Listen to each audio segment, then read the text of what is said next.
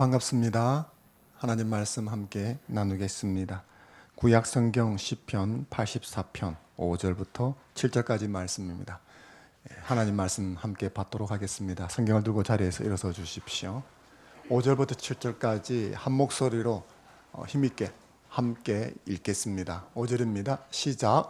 주께 힘을 얻고 그 마음에 시온의 대로가 있는 자는 복이 있나이다.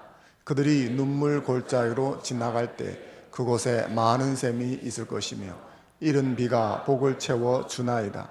그들은 힘을 얻고 더 얻어 나아가 시온에서 하나님 앞에 각기 나타나리이다. 아멘. 2019년 신년 첫 번째 주일 예배입니다. 이 예배를 하나님께 드리는데 함께 할 수 있어서 영광입니다. 옆 사람 한번 인사하겠습니다. 샬롬 복 받으세요. 한번 인사해 주십시오. 앞뒤로 한번 인사하겠습니다. 샬롬 잘 될 겁니다. 인사해 주십시오.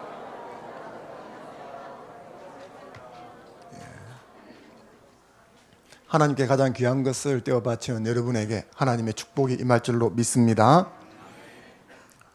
오늘 우리가 함께 나누려고 하는 하나님의 말씀은 시편 84편입니다. 이 시편은 성전에서 찬송하는 직분을 맡았던 고라 자손의 시입니다. 이 시는 성전 예배를 드리기 힘겨웠던 때 쓰여졌던 시로 여겨집니다. 그리고 이후 순례자들이 성전에 들어갈 때 불렀던 노래였다고 합니다. 그래서 순례자들의 노래라는 별칭을 가지고 있습니다. 이 시편은 복이 있다라고 하는 어구를 중심으로 세 개의 연으로 구성이 되어 있습니다. 1절부터 4절까지 주의 집에 사는 자들은 복이 있다.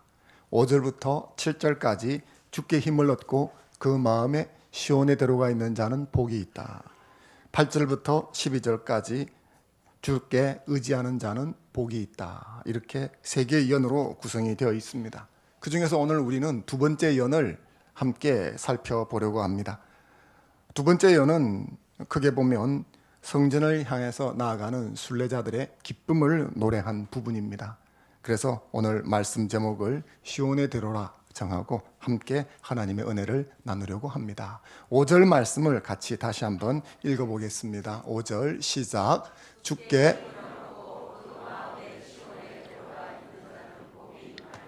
아멘.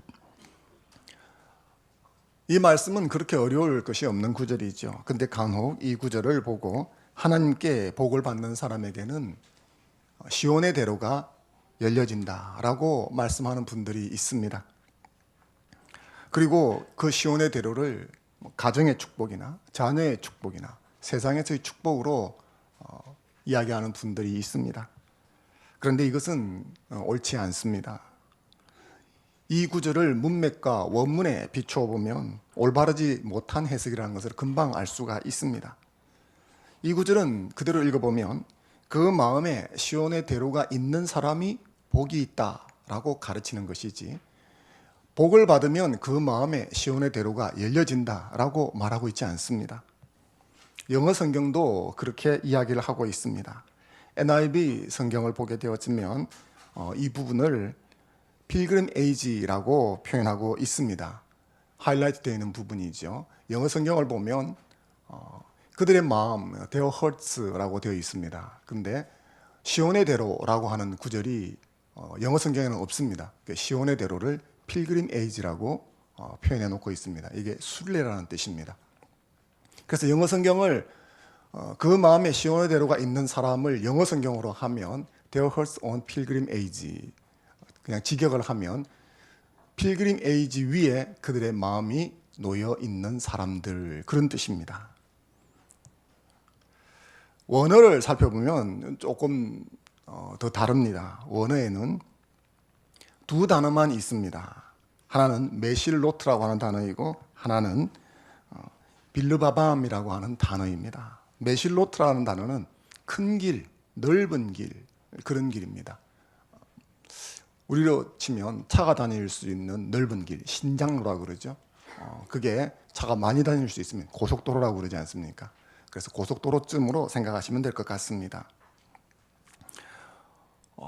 원문에는 이 메실로트, 우리 한글 성경에는 시온의 대로 되어 있는데 원문은 그냥 대로라는 단어만 적혀 있는 것입니다. 시온은 예루살렘이 있는 곳을 상징하는데 예루살렘에는 시온산이 있습니다. 그래서 시적인 표현으로 시온이라고 부르면 예루살렘을 상징하는 것이죠. 예루살렘에는 하나님의 언약궤가 있습니다. 이 언약궤를 모셔놓고 성소를 지어 놓았죠. 그래서 시온으로 간다 하는 것은 예루살렘으로 간다 하는 말이고, 그것은 곧 하나님의 성소에 간다는 뜻이며, 그것은 곧 하나님을 만나러 간다, 예배하러 간다, 하나님의 임재를 찾아간다 하는 그런 의미가 되어지겠습니다. 여기서 이 시온이라고 하는 단어는 원문에는 없는데 의미상 첨가된 단어입니다. 그것은 문맥적으로 볼 적에, 그리고 이 시편 전체를 통해서 볼 때 이 시편이 성전 순례 시편이기 때문에 그렇습니다. 그리고 그 마음에라고 번역된 이 빌르바밤은 마음이라는 단어와 전치사 인, 아내라는 이 단어와 그리고 인칭 전미사가 붙은 것입니다. 그래서 그들의 마음 안에. 그래서 원문을 직역하면 큰 길들 그들의 마음 안에 이렇게 되어져 있습니다. 그래서 이 원문을 보면서 큰 길들 그들의 마음 안에, 이런 사람이 왜 복이 있는가 하는 것을 한번 살펴보면 좋겠습니다. 일단 단어는 두 개밖에 없습니다. 동사도 없고 형용사도 없습니다. 하지만 고대에는 이런 식으로 문장이 구성이 되어서 동사나 형용사를 의미상 첨부를 해서 읽었습니다. 그래서 큰 길들 그들의 마음 안에 하면 대충 쉽게 떠오르는 것이 그 마음속에 큰 길들이 있는 사람들, 그런 의미가 되어지죠. 그래서 이 원문의 뜻은 그 마음 안에 대로, 큰 길이 있는 사람들, 여기서는 시온의 대로죠. 일반적으로 길 하면 어떤 의미가 담겨 있겠습니까? 일반적으로 길, 도로는 연결점을 뜻합니다. 그래서 A와 B를 연결하는 것이 길이고 도로이죠. 그래서 도로는 도시와 도시를 연결하고 마을과 마을을 연결하고 사람과 사람을 연결하고 문명과 문명을 연결하는 것입니다. 그런데 여기서 시온의 대로라고 말을 했을 때 의미상 시온이 첨가되긴 했지만 시온의 대로라고 한다면 연결점보다는 목적지를 더 강조하는 표현입니다. 대로는 이스라엘 백성들이 예루살렘의 절기 때 성전에 올라가서 예배하려고 할 때 찾아가던 길이었습니다. 큰 길이었습니다. 원문에는 없지만 이 대로는 순례를 하는 사람들이 예루살렘 성전에 가기 위해서 통과해 가던 큰 길이었기 때문에 시온이라고 첨부를 한 것이죠. 그래서 이 시온은 목적지가 되는 것입니다. 그래서 이 대로의 목적지는 예루살렘이고, 좀 더 구체적으로 말하면 예루살렘 성소이고, 그것은 하나님 임재 혹은 하나님 그분이 목적지가 되는 것입니다. 바로 이것이 시온의 대로가 마음에 있는 사람이 복을 받았다 하는 이유가 되는 것입니다.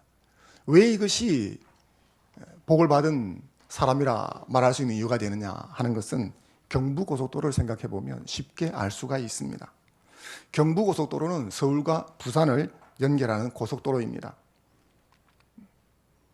그런데 실상 이 도로의 목적지는 조국 근대화였습니다. 즉 경제 발전이었죠. 경부고속도로가 닦여지자 대한민국은 한강의 기적이라는 눈부신 경제 발전을 이루어내었습니다. 그 당시 세계에서 가장 가난한 국가였는데 지금은 경제권 보면 한 10위권 되는 그런 부국이 되었습니다. 경부고속도로는 경제 발전이라는 목적을 가능케 한다는 점에서 그 중요성을 가지고 있는 것입니다. 그렇게 볼 때 시온의 대로 역시 마찬가지죠.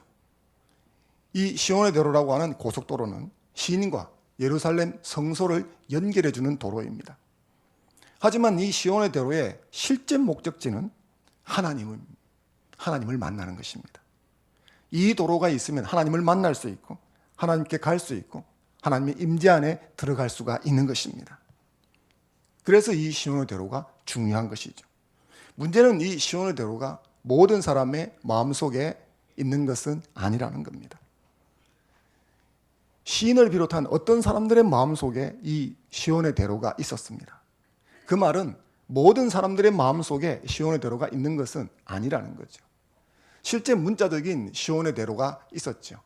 근데 그것이 마음속에 들어와 있는 사람이 있었습니다. 반면 그것이 없는 사람들, 그들의 삶 가운데서 하나님을 만나러 가려고 하는 열정이나 뭐 이런 것이 없는 사람은 그 마음에 시온의 대로가 들어와 있지 않은 것이죠. 그런데 생각해 보면 인생이 하나님을 만난 것보다 중요한 것은 없습니다. 그리고 그것을 가능케 하는 것이 시온의 대로이지요. 그러니 시온의 대로가 그 마음에 있는 사람은 정말 복을 받은 사람이 되는 것입니다.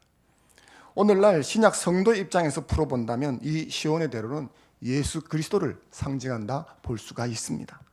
예수 그리스도는 인간과 하나님을 연결시켜 주십니다. 인간이 하나님을 만날 수 있도록 해주는 유일한 길이 예수 그리스도이십니다. 요한복음 14장 6절 말씀 같이 한번 읽어보겠습니다. 시작. 예수께서 이르시되 내가 곧 길이요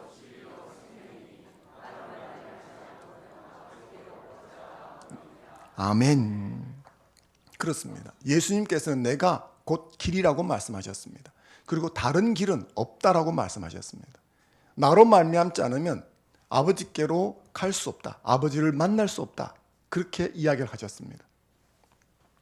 시온의 대로가 있어야 예루살렘에 갈 수가 있고 하나님을 만날 수 있는 것처럼 예수 그리스도가 있어야 하나님을 만날 수 있는 것입니다.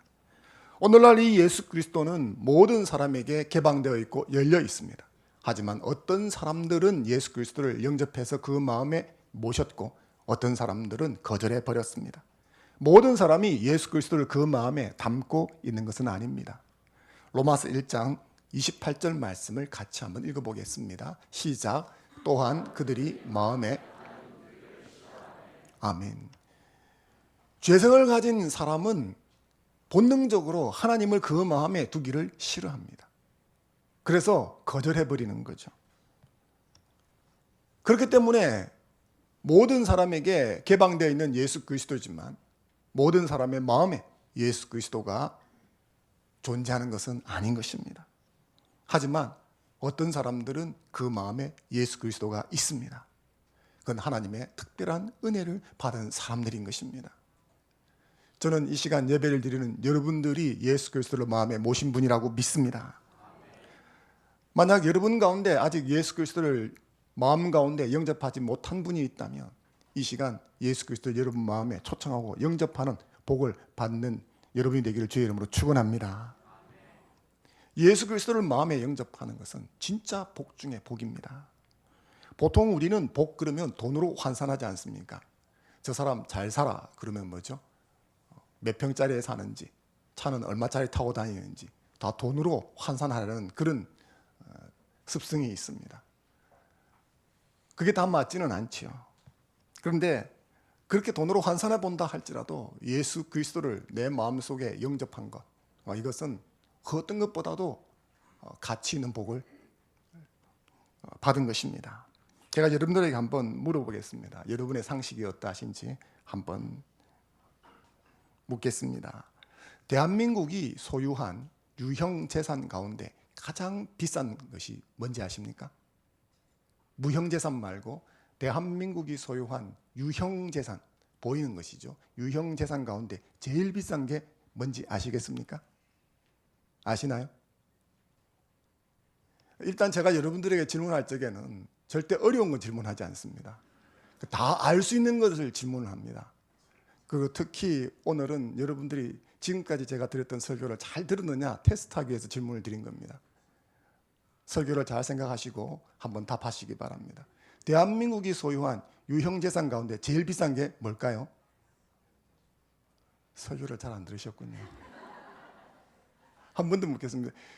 설교에 답이 들어 있었습니다. 대한민국이 소유한 제일 비싼 유형재산은 뭘까요? 예, 시온의 대로는 정답이긴 하죠. 경부고속도로입니다. 경부고속도로는 한국의 아우토반으로 불리죠. 총 길이 418.9km입니다. 경부고속도로는 1967년 착공해서 단 2년 5개월 만에 초스피드로 완공이 되었습니다. 이로 인해서 대한민국은 가장 가난한 나라라는 오명을 벗게 되었습니다. 눈부신 경제 발전을 이룩하게 된 것이죠. 그랬을 때 그 원동력이 되었던 경부고속도로를 돈으로 환산하면 얼마나 될까? 2013년 회계연도 국가 결산 기준 보고서에 의하면 이 금액 가치가 10조 8,806억 원이라고 계산이 되었습니다. 이게 이제 2019년이 되었으니까 6년 전인 거죠.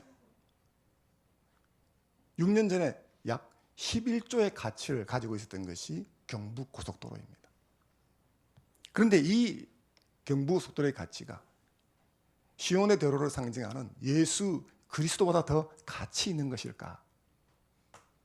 경부고속도로 가치가 있는 것은 이 도로가 놓여지면서 가난이 없어지고 배고픔이 사라지고 전에 못 누리던 풍요를 누릴 수 있게 해주었기 때문에 이만한 가치가 산정이 된 것이죠.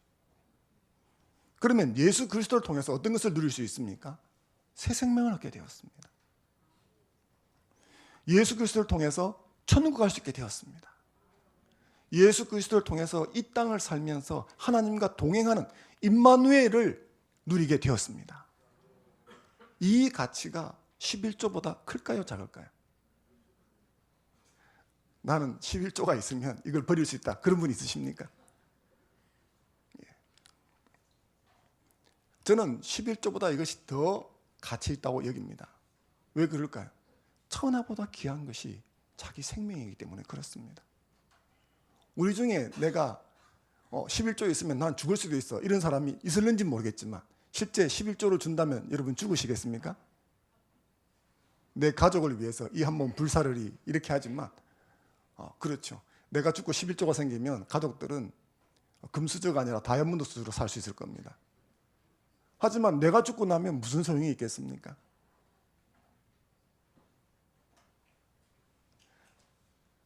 근데 그 귀한 생명을 다시 살려주는 은총이 예수 그리스도를 통해서 주어진 것입니다. 11조가 아니라 더한 것을 주어도 생명과 바꿀 수가 없는 거죠. 여러분의 자녀를 죽이고 11조를 주겠다 이렇게 하면 11조 받으시겠습니까? 아니죠. 7, 80년의 유한한 시간이라도 11조와 비교할 수 없다면 영원한 생명은 말할 것도 없는 것입니다. 그러니 예수 그리스도를 영접하고 그 마음에 시온의 대로 예수 그리스도가 임재해 있는 사람은 정말 복받은 사람인 줄로 믿습니다. 세상 사람들은 뭐니 해도 돈이 최고라고 그래서 입만 열면 돈 하지 않습니까? 그러나 이 사실을 깨달은 신자는 입을 열면 항상 예수라고 말을 하는 거죠. 이 사실을 올바로 깨달은 사람은 주 예수보다 귀한 것은 없다라고 말하는 사람인 줄로 믿습니다. 이것이 여러분의 고백이 되었으면 좋겠습니다.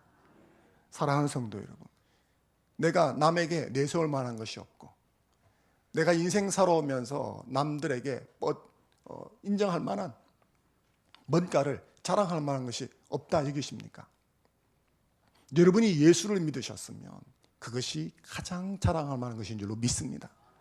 여러분이 예수 그리스도를 영접하셨으면 여러분의 인생은 성공한 인생인 줄로 믿습니다. 여러분 마음에 예수 그리스도를 모셨으면 여러분은 가장 복받은 사람인 것입니다. 이 사실을 명심하고 감사함으로 2019년 한 해를 시작하는 저와 여러분 되기를 주의 이름으로 축원합니다. 이제 하나 더 살펴볼 것은 그 마음에 시온의 대로가 있는 사람과 그 앞에 있는 구절 주께 힘을 얻고와의 연관성입니다. 이를 위해서 우리가 먼저 하나 주목해 보아야 될 것은 그 마음에 시온의 대로가 있는 사람은 하나님을 향한 갈망이 뜨거운 사람이라는 점입니다.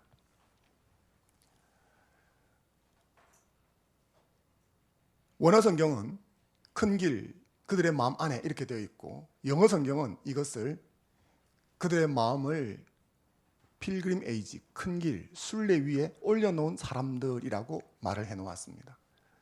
이 영어 성경 번역이 아주 멋있는 것 같습니다. 자신의 마음을 순례길 위에 올려놓은 사람들. 이 시인은 이 영어 성경 번역에 딱 적합한 사람입니다. 이 시인의 소망은 성전에 올라가서 거기 계신 하나님을 만나는 것이었습니다. 여러분의 소망은 뭡니까? 2019년 여러분들이 소망하는 바는 뭡니까? 시인의 소망은 하나님께 가는 것이고 하나님을 만나는 것이었습니다. 그런데 이 시인의 상황은 그렇지 못했습니다. 고라 자손이지만 이 시편은 바벨론 포로기에 쓰여졌던 것으로 보여집니다. 예루살렘이 파괴되고 바벨론으로 끌려갔던 사람들 중에 한 명이 아닐까 추정합니다. 이미 성전은 무너졌고 시인은 거기서 멀리 떨어진 곳에 있었습니다. 그렇게 그는 하나님의 임재를 상징하는 예루살렘 성전에 가려고 해도 물리적으로 갈 수가 없었습니다. 나라를 빼앗기고 멀리 타향에 사는 그런 처지에 예루살렘에 간다는 것은 꿈에도 생각할 수 없는 일이었죠.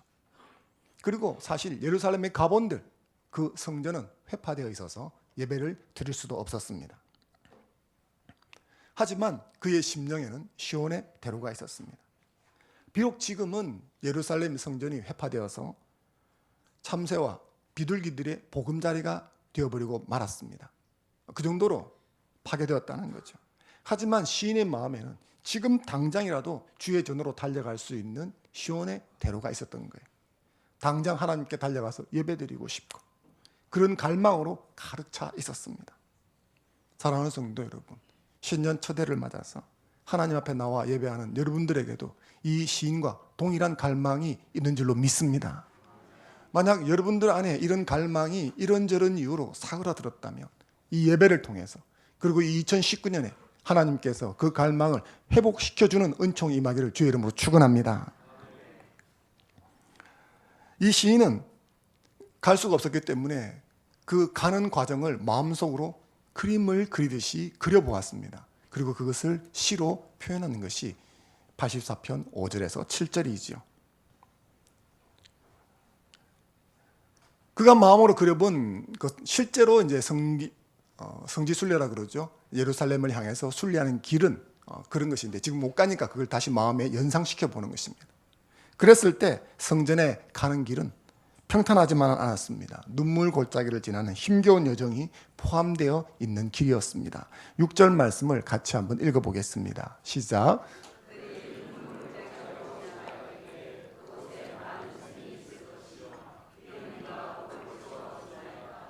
아멘. 하나님의 전을 사모해서 하나님을 향해서 걸음을 내디든 사람들의 인생도 그 길에서 눈물 골짜기를 지나가거나 만날 때가 있다고 노래하고 있습니다. 눈물이란 히브리어로 바카라는 단어를 번역한 것입니다. 그래서 이 눈물 골짜기는 바카 골짜기 혹은 눈물 골짜기 이렇게 표현할 수 있습니다. 그러니까 발음 그대로 한다면 바카 골짜기. 그러면 이게 아마 지명이 있을 확률이 높습니다. 실제로 바카라는 지명을 가진 골짜기에 있어서 바카 골짜기 이렇게 불렀을 수 있습니다. 근데 이 바카의 뜻이 눈물이라는 뜻이니까 이걸 풀어서 눈물 없이는 지나갈 수 없는 골짜기다. 그래서 눈물 골짜기 이렇게 번역했을 수도 있는 거죠. 이것은 중의적인 표현입니다. 이 골짜기는 모든 순례자들에게 목마름과 고통을 주는 메마른 길을 의미한다 볼 수가 있습니다. 이것은 순례의 길이 낭만이 아니라 현실이라는 것을 가르쳐 줍니다. 여기서 낭만이라 하면 피크닉 같은 것을 상징한다면 현실이란 등산, 좀 더 강한 어조로 말한다면 암벽 등반 그런 것이다. 그렇게 말할 수가 있습니다. 그런데 이런 눈물 골짜기를 지나갈 때 놀랍게도 하나님께서 샘들이 터져 나와서 메마른 목을 축이게 해주신다고 약속해주고 있습니다. 통곡의 골짜기를 지나가는데 거기에서 샘이 터져 나오는 역사가 일어나고 있습니다. 주님께서 함께 하시면 주님께서 생명샘물이 터져나오는 역사를 주신다고 약속하는 거죠. 믿는 자는 그 배에서 생수가 강같이 흘러나리라. 샘이 터져나오는 것은 그와 같은 일을 상징한다 볼 수 있습니다. 통곡의 골짜기를 지나가며 그 메마름에 목말라서 견디기 어려운 순간 생수가 솟아나고 터져나오는 그 역사가 저는 오늘 이 말씀을 듣는 여러분의 삶에 이 은혜가 그대로 임하기를 주의 이름으로 축원합니다. 여러분의 배에서 생수가 터져 나오며 여러분이 눈물 골짜기를 지나갈 적에 생명 강의 역사가 일어나는 축복이 있기를 주의 이름으로 축원합니다. 또한 하나님께서 그들이 이런 순례의 길을 걸어갈 적에 이른비를 내려주신다고 약속해 주십니다. 우리 절기로 치면 이른비는 가을에 해당합니다. 우리는 농사를 봄에 짓지요. 그래서 봄비가 농사를 시작하는 비입니다. 근데 팔레스틴 지역은 가을에 농사를 짓습니다. 우리 달력으로 보면 말이죠. 그래서 그 가을비가 이른비, 봄에 오는 비다. 그래서 이른비라고 이야기를 합니다. 이 이른비가 올 때까지는 팔레스틴 지역은 건기입니다.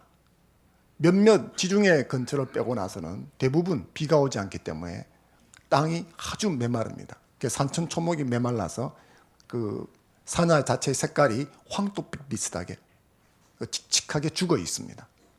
그런데 이 이른 비가 내리면 갑자기 산야가 울긋불긋한 풀들로 확 바뀝니다. 그리고 푸른 채소가 막 나죠. 건기가 되어지면 마른 먼지가 풀풀 나고 깡마른 길입니다. 걸어갈 적에 먼지가 풀풀 날리기 때문에 견디기 힘이 듭니다. 그런데 이 이른 비가 내리면 촉촉해지는 거죠. 그래서 이른 비가 내리면 그 촉촉한 길을 흑백 TV 같은 그런 산야가 아니라 컬러풀한 산야를 보면서 걸어갈 수 있게 되어진다는 겁니다. 비록 순례의 길이 힘들고 어렵지만 순례의 길을 걸어갈 적에 하나님께서 순례길을 걷는 사람에게 이와 같은 은혜를 경험할 수 있도록 이른 비를 부어주신다고 약속해 주셨습니다. 이것이 저와 여러분의 삶에 응하는 하나님의 축복이 되기를 주의 이름으로 축원합니다. 여러분의 삶 가운데 이른 비의 축복이 부어진다면 여러분의 삶 가운데서 생명의 역사를 눈으로 보게 될 줄로 믿습니다. 죽어가는 것들이 살아나고 흑백이 칼로로 바뀌어지는 그런 역사가 여러분의 삶에 펼쳐질 줄로 믿습니다.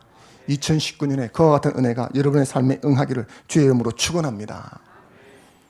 그렇기 때문에 이 순례자는 이 순례의 길을 걸으면서 지치기보다는 날이 갈수록 더 힘을 얻고 결국 하나님 앞에 나아갈 수 있게 되어집니다. 본문 7절 말씀을 같이 한번 읽어보겠습니다. 시작. 그들은 힘을 얻고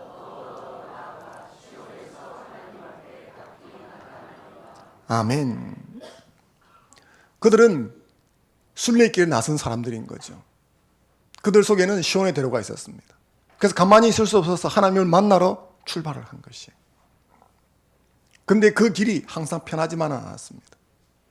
근데 처음 출발할 적에는 힘이 있었습니다.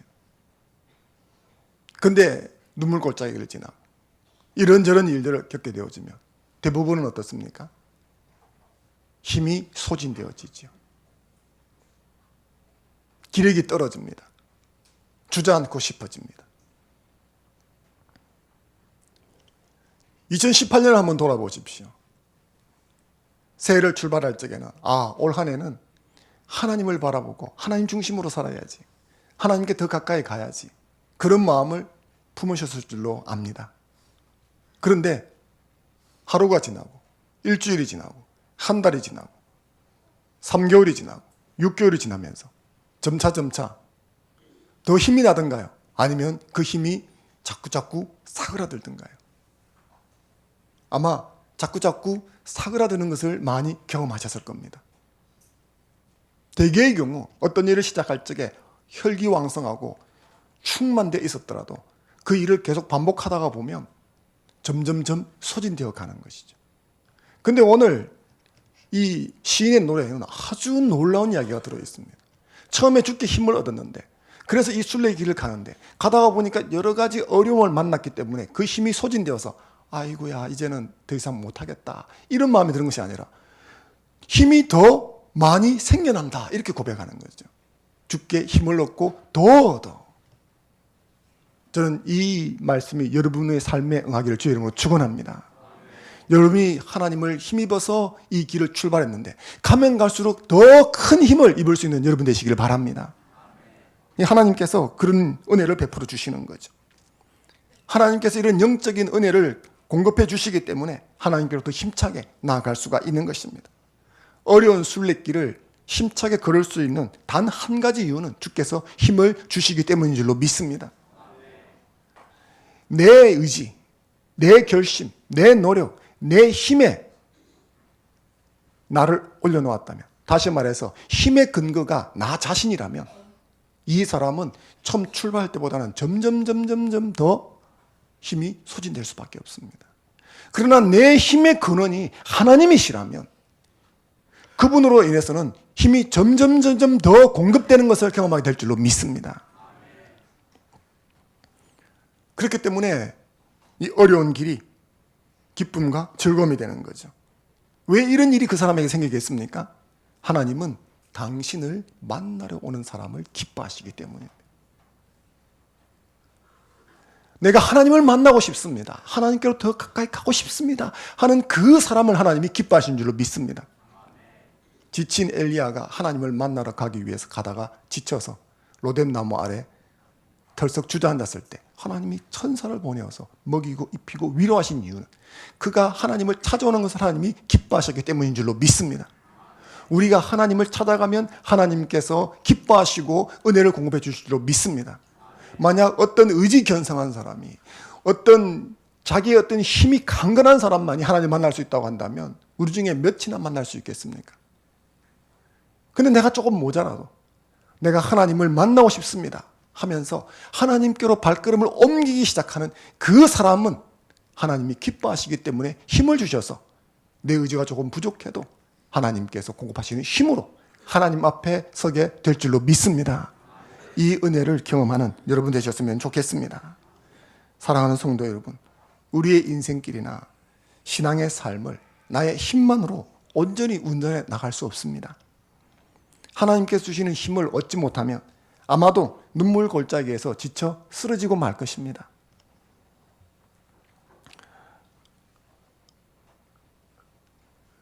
만약 우리가 자기 자신을 과신하고 세상의 모든 것이 다 덤벼도 내가 다 해결할 수 있다고 말한다면, 그리고 그렇게 살아왔다면 아직 자신의 한계를 넘는 걸 못 만나서 그런 것이지, 실제로 우리의 힘만으로 세상을 극복하고 세상을 이기며 나갈 수 없는 것입니다.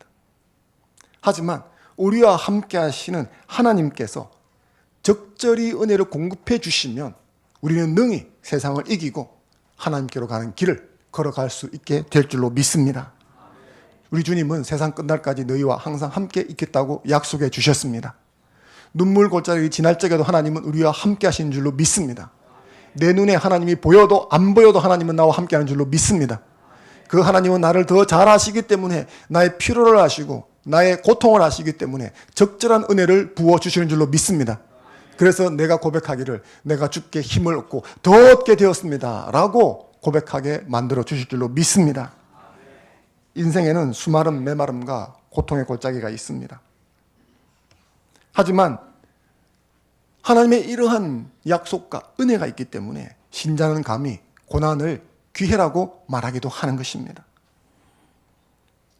사랑하는 성도 여러분, 여러분 삶에 고난의 골짜기가 있을지라도 우리를 사랑하는 하나님께서 결코 하나님의 백성된 내가 눈물로 끝나지 않고 감사와 기쁨으로 끝나도록 인도해 가실 것을 믿는 여러분 되셨으면 좋겠습니다. 2019년 한 해 하나님께서 공급해 주시는 은혜로 힘을 얻고 더 얻어서 하나님 앞에 나아가는 여러분 되시기를 주의 이름으로 축원합니다. 종종 인생은 길을 가는 것이다 그렇게 말하곤 합니다. 그래서 나그네 인생이라고 이야기를 하죠. 이 나그네 인생길, 여기에는 수많은 사람이 있지만 크게 보면 두 부류의 사람으로 나눌 수가 있습니다. 한 부류는 방랑자입니다. 한 부류는 순례자입니다. 방랑자는 목적지가 없죠. 갈 길을 모르고 길을 갑니다. 정처 없이 발길 닿는 대로 가는 것이죠. 어찌 보면 참 낭만적이기도 합니다. 하지만 실상은 뭡니까? 허망한 것이죠. 무상한 것입니다. 반면에 순례자는 목적지가 분명합니다. 그래서 자기 갈 길을 알고 걷는 거죠.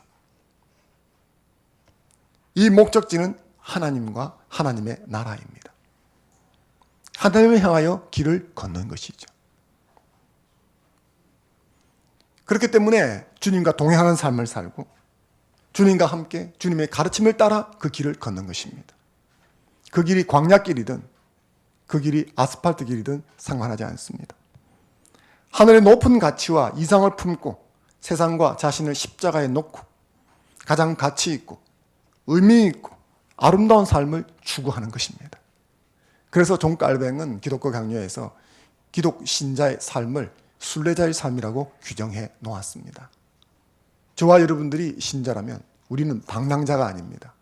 우리는 순례자입니다. 우리는 방랑자의 삶을 살아서는 안 되는 것입니다. 우리는 순례자의 삶을 살아야 되는 줄로 믿습니다. 2019년 한 해 여러분들은 어떻게 사셨습니까? 여러분이 나는 목적지가 뚜렷했어, 그러니까 나는 방랑자가 아니야 하는지 모르지만 여러분의 목적지가 하나님이 아니었다면 여러분들은 하나님 보시기에 방랑자의 삶을 사신 것입니다. 2019년 한 해 여러분들은 방랑자가 아니라 유랑자가 아니라 순례자로 삶을 사는 여러분 되시기를 바랍니다. 세상 행복보다는 하나님과 친밀함을 추구하는 여러분 되셨으면 좋겠습니다. 이를 위해서 대가 지불하는 것을 아까워하지 않는 여러분 되셨으면 좋겠습니다. 축복을 원하면서도 희생적인 대가를 치를 생각이 없다면 여행을 바라는 것과 다를 바가 없습니다. 하지만 대가를 지불하고서라도 나는 하나님께로 가고 싶습니다 라고 고백한다면 하나님은 이 사람에게 힘과 능력을 부어주실 줄로 믿습니다. 시기적절하게 주께로부터 힘을 얻는 은혜를 경험하게 될 줄로 믿습니다. 길을 열어주시고 비를 내려주시고 샘을 터뜨려 주시는 은혜를 경험하게 될 줄로 믿습니다. 눈물골짜기를 지나면서 외로움과 고통 속에서 육신이 지치고 낙담해질는지 모르지만 함께 하시는 하나님께서 이와 같은 은혜를 부어주심으로 그 누구도 경험할 수 없는 은혜가 그 사람의 심령 가운데 임하게 되어지는 것입니다. 그래서 오히려 이 고난이 내게는 축복이라고 말하게 되는 것이죠. 누가 이것을 이해할 수 있습니까? 오직 신자만이 이해할 수 있고 이것을 경험한 사람만이 말할 수 있는 것입니다. 사랑하는 성도 여러분, 이 은혜를 경험하는 여러분 되셨으면 좋겠습니다. 많은 은혜가 있지만 이 은혜보다 더 귀한 것은 없습니다. 하나님을 향해 나아가는 길이 아무리 멀고 험하다 해도 결코 물러서지 않는 여러분 되셨으면 좋겠습니다. 올 한 해는 하나님을 내 삶의 방향과 목적으로 삼고 길을 걸어가는 여러분이 되시면 좋겠습니다. 그러면 지금 말씀드렸던 이 놀라운 은혜들이 여러분 삶 가운데서 생명샘이 터져나오는 은혜가, 이른 비의 은혜가, 힘을 얻고 더 얻는 은혜가, 하나님을 만나는 축복이 여러분 삶에 응하게 될 줄로 믿습니다. 이것을 마음에 품고 한 해를 출발하는 저와 여러분 되기를 주의 이름으로 축원합니다. 잠시 주신 말씀 붙들고 함께 기도하는 시간 갖겠습니다.